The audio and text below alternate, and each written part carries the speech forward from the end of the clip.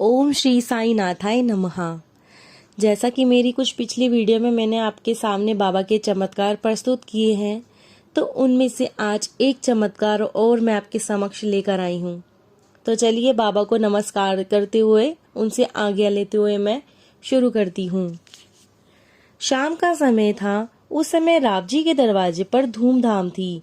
सारा घर तोरण और बंधनवारों से खूब अच्छी तरीके से सजाया हुआ था। बारात का स्वागत करने के लिए उनके दरवाजे पर सगे संबंधी और गांव के प्रतिष्ठित व्यक्ति उपस्थित थे। आज राव जी की बेटी का विवाह था। बारात आने ही वाली थी। कुछ देर बाद ढोल बाजों की आवाज सुनाई पड़ी, जो बारात के आगमन की सूचक थी। बारात आ गई। भीड़ में शोर मचा। थोड़ी देर के बाद बारात राव जी के दरवाजे पर आ गई। राव जी ने सगे संबंधियों और सहयोगियों के साथ बारात का गर्मजोशी से स्वागत किया। बारातियों का पान, फूल, इत्र, मालाओं आदि से स्वागत किया गया। फिर बारातियों को भोजन कराया गया। सभी ने राव जी के स्वागत और भोजन की प्रशंसा की। फेरे पड़ने का समय हो गया। वर को भावरों के लिए भेजिए, वर के पिता से राव जी ने निवेदन किया। वर तो भेज दूं, लेकिन पहले दहेज दिखाओ। भावरे तो दहेज के बाद ही पड़ेगी, वर के पिता ने कहा। राव जी बोले, तो फिर चलिए पहले दहेज देख लीजिए। राव जी सगे संबंधियों ने वर के पिता की बात तो मान लिया। वर का पिता अपने सगे संबंधियों के साथ राव जी के आंगन में आया।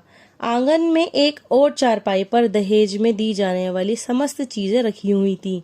वर के पिता ने एक एक करके दहेज की सारी चीजें देखी। फिर नाक मुंह सिकोड़कर बोला, बस यही दहेज? ऐसा दहेज तो हमारे यहाँ नाई, कहारों जैसे छोटी जातियों के लड़कों की शादी में आता है। राव जी, आप दहेज दे रहे हैं या मेरे और अपने रिश्तेदारों तथा गांव के बीच में मेरी बेइज्जती कर रहे हो?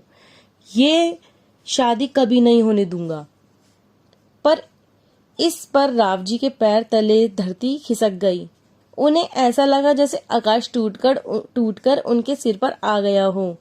यदि लड़की की शादी नहीं हुई और बारात दरवाजे से लौट गई, वह समाज में किसी को भी मुंह दिखाने के लिए नहीं बच सकेंगे। लड़की के लिए दूसरा दूल्हा मिल असंभव हो जाएगा। कोई भी इस बारात को मानने के लिए तैयार ना होगा कि दहेज का लालची दूल्हा का पिता दहेज के लालच में अपने बारात वापस ले गया। सब यही कहने लगे कि लड़की में ही कोई कमी रही होगी, तभी तो बारात आकर दरवाजे से ही लौट गई। राव जी ने वर के पिता के पैर पकड़ लिए और अपनी पगड़ी उतारकर उनके पैरों पर डालकर गिड़गिड़ाते हुए बोले, मुझ पर दया कीजिए समधी जी। यदि आप बारात वापस ले गए तो मैं जीते जी मर जाऊंगा। मेरी बेटी की जिंदगी बर्बाद हो जाएगी। वह जीते जी मर जाएगी। मैं बहुत गरीब आदमी हूँ। जो कुछ भी दहेज में मेरी हैसियत थी, मैंने अपना जुटा दिया। वह मैंने जुटाया है। यदि कुछ कमी रह गई हो तो मैं उसे पूरा कर दूंगा, पर इसके लिए मुझे थोड़ा सा समय दीजिए। वर के पिता ने गुस्से में भरकर कहा, यदि दहेज की हैसियत नहीं थी तो अपनी बेटी की शादी किसी भीख मंगे के साथ कर देते। मेरा ही लड़का मिला था बेवकूफ बनाने को। अभी बिगड़ा ही क्या है? बेटी अभी अपने बाप के घर है। मिल ही जाएगा कोई ना कोई भीख मंगा। उस अहंकारी और दहेज के लोभी ने राव जी की पगड़ी उछाल दी और बारातियों से बोला, चलो, मुझे नहीं करनी अपने बेटे की शादी ऐसी लड़की से जिसका बाप दहेज तक नहीं जुटा सकी। राव जी ने उसकी बड़ी हिम्मत मिन्नती की, पर वह दुष्ट ना माना और बारात वापस चली गई। बारात के वापस जाने से राव जी बड़ी बुरी तरह से टूट गए। वह दोनों हाथों से अपने सिर पकड़कर रह गए। उनकी सारी मेहनत पर पानी फिर गया। अपनी बेटी के भविष्य के बारे में सोच सोचकर वह बुरी तरह से परेशान हो गए। वह शिरडी से थोड़ी दूर था।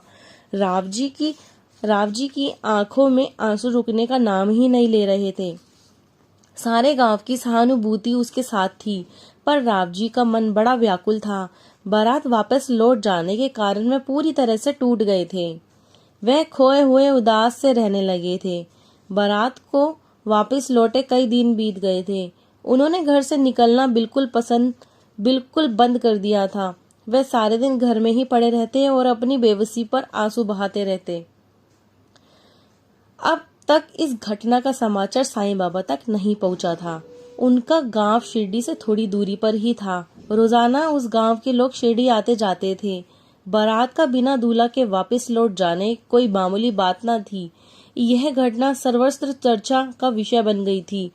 आखिर एक दिन यही बात साईं बाबा तक पहुंच गई। उन्हें बताया गया। राव जी इस अपमान से बहुत दुखी था। वह कहीं आत्महत्या न कर बैठे। साईं बाबा को समाचार सुनने के बाद राव जी का पड़ोसी चिंतित हो उठा। एकाएक साईं बाबा के शांत चेहरे पर तनाव पैदा हो गया। उनकी करुणामयी आंखें दहकते अंगारों में परिवर्तित हो गई। क्रोध की अधिकता से उनके शरीर कांपने लगा। उनका यह शारीरिक परिवर्तन देखकर वहां उपस्थित शिष्य किसी अनिष्ट की आशंका से घबरा गए। साईं बाबा के शिष्य और भक्त उनका यह रूप पहली बार देख रहे थे। अगले दिन रावजी के समधी के गांव का एक व्यक्ति रावजी के पास आया। वह साईं बाबा का भक्त था। उसने बताया कि रावजी भगवान के घर देर है पर अंधेर नहीं। तुम्हारे समधी ने जिस पैर से तुम्हारी पगड़ी को ठोकर मारकर उछाला था, उसी पैर से वो लकवा मार गया। उसके शरीर का दायां भाग लकवाग्रस्त हो गया है। यह सुनकर राव जी ने दुखी स्वर में कहा, कितना कड़ा दंड मिला है उन्हें। मौका मिलते ही उन्हें एक दो दिन में देखने जाऊंगा। राव जी को मिला यह समाचार एकदम ठीक था। राव जी के समधी की हालत बहुत खराब थी। उनके आधे शरीर को लकवा मार गया था। वह मरणासन सा हो गया। उसका जीना ना जीना एक बराबर हो गया। वह अपने बिस्तर पर पड़े आंसू बहाते रहते। उनके इलाज पर रुपया पानी की तरह बहाया जा रहा था। वह रोग कम होने की जगह दिन प्रतिदिन बिगड़ता जा रहा था। उनके एक रिश्तेदार ने कहा, लाला जी, आप साईं बाबा के पास जाकर उनकी धुनी की विभूति क्यों नहीं मांग लेते? बैलगाड़ी में लेटे लेटे चले जाइए। बाबा की धुनी की विभूति से असह्य रोग भी नष्ट हो जाते हैं। लाला इस बात को पहले भी कई व्यक्तियों से सुन चुके थे कि बाबा की इस विभूति से हजारों रोगियों को नया जीवन मिल चुका है। अगले दिन लाला जी के लड़के ने बैलगाड़ी जुतवाई और उसमें मोटे मोटे गद्दे बिछाकर उन्हें आराम से लिटा दिया गया। लाला जी की बैलगाड़ी शिरडी में द्वारका माई मस्जिद के सामने आकर रुक गई। लड़के ने अपने साथ आए आदमियों की सहायता से लाला जी को बैलगाड़ी से नीचे उतार दिया और गोदी में उठाकर मस्जिद की ओर चल दिया। साईं बाबा सामने ही चबूतरे पर बैठे थे। लाला को देखते ही वह एकदम से आंख बबूला हो उठे। अत्यंत क्रोध से कांपते हुए स्वर में बोले, खबरदार लाला, जो मस्जिद के अंदर पैर रखा, तेरे जैसे पापियों का यही कोई काम नहीं है। यहाँ कोई काम नहीं है। तुरंत चला जा, वरना सर्वनाश कर दूंगा। दहशत के मारे लाला थर-थर कांपने लगा। बेटे ने उन्हें अपने पास लाकर बैलगाड़ी में लेटा दिया। वह कुछ देर सोचकर बोला, पिताजी, साईं बाबा ने आपको मस्जिद में आने से रोका है। मुझे तो नहीं रोका, मैं चला जाता हूँ। ठीक है, तुम चले जाओ बेटा। लाला का बेटा मस्जिद के अंदर पहुंचा। साईं बाबा के चरण स्पर्श करके उसे एक और बैठ गया। साईं बाबा बोले, तुम्हारे बाप के रोग का कारण दुष्कर्मों का फल है। उसने जीवन भर उचित अनुचित तरीके और बेईमानी करके पैसा इकट्ठा किया है। वह पैसे के लिए कुछ भी कर सकता है। ऐसे लोभी, लालची और बेईमानों के लिए मेरे यहाँ कोई जगह नहीं है। और बेटे, एक बात को याद रखो, जो संतान चोरी से बेईमानी का अन्न खाती है, अपने पिता की चोरी और बेईमानी का विरोध नहीं करती, उसे भी अपने पिता के बुरे कर्मों और पाप दंडों को भोगना पड़ता है। लाला का बेटा चुपचाप सिर झुकाकर अपने पिता के कर्मों के बारे में सुनता रहा। तुम मेरे पास आए हो, इसलिए मैं तुम्हें विभूति दे देता हूँ। इसे अपने लोभी लालची पिता को खिला देना। यदि वह ठीक हो जाए तो उसे लेकर चले आना। बेटे ने साईं बाबा के चरण स्पर्श किए और फिर दर्शन करने का वायदा करके चला गया। साईं बाबा की विभूति ने अपने चमत्कारी प्रभाव कर दिया। 4-5 दिन में लाला बिल्कुल ठीक हो गया। उसके लकवा पीड़ित अंग पहले की तरह ही अधिक काम करने लगे। साईं बाबा ने कहा था कि यदि आप ठीक हो जाएं तो आप उनको अवश्य ले आएं। लाला के बेटे ने अपने पिता से कहा, मैं वहां जाकर क्या करूंगा बेटे, अब तो मेरी बीमारी का नामो निशान भी बाकी ना रहा, फिर बेकार में इतनी दूर क्यों जाऊं। लेकिन साईं बाबा ने कहा था यदि आप उनके पास नहीं गए तो आपका रोग फिर बढ़ जाएगा और आपकी दशा पुनः ज्यादा खराब हो जाएगी। बेटे ने समझाते हुए कहा। वह शिरडी जाना नहीं चाहता था, उसका मतलब निकल गया था, फिर भी उसके बेटे ने समझाने पर उन्हें तैयार कर दिया। बृहस्पतिवार का दिन था। शिरडी में प्रत्येक बृहस्पतिवार उत्सव के रूप में मनाया जाता था।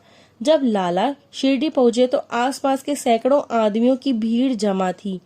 भीड़ को देखकर लाला परेशान हो गया। उस भीड़ में ज्यादातर दीन दुखी लोग थे।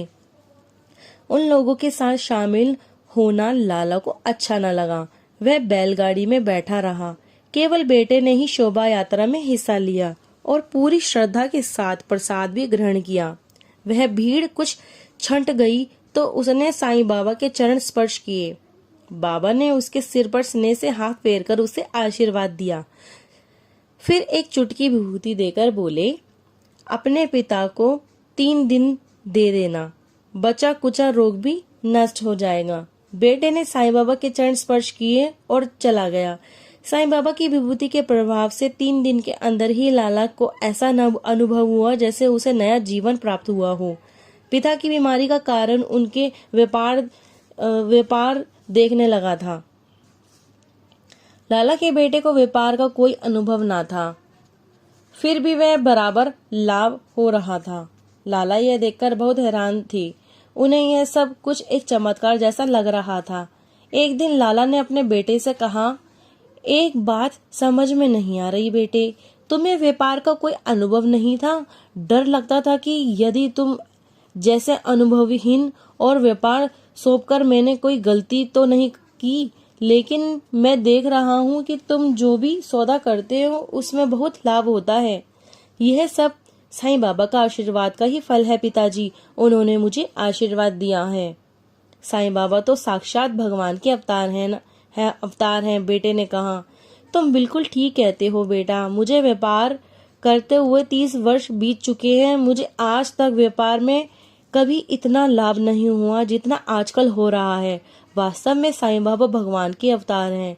अब लाला के मन में भी साईं बाबा के प्रति श्रद्धा उत्पन्न हो रही थी।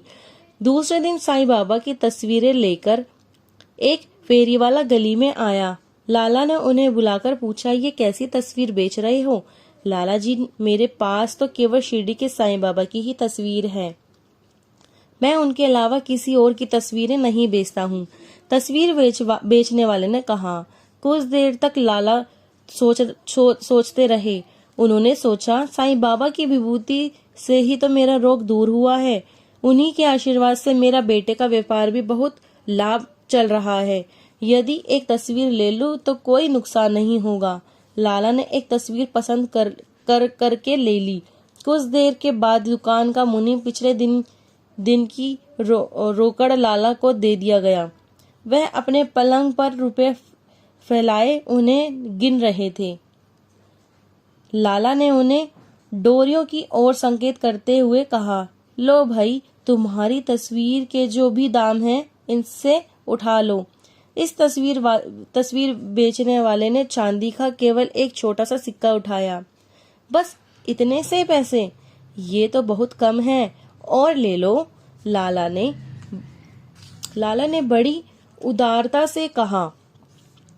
तस्वीर बेचने वाले ने कहा, नहीं सेठ, बाबा कहते हैं कि लालच इंसान का सबसे बड़ा शत्रु है। मैं लालची नहीं हूँ, मैंने तो उचित दाम ले लिए। यह लालच तो आप जैसे सेठ लोगों को ही शोभा देता है।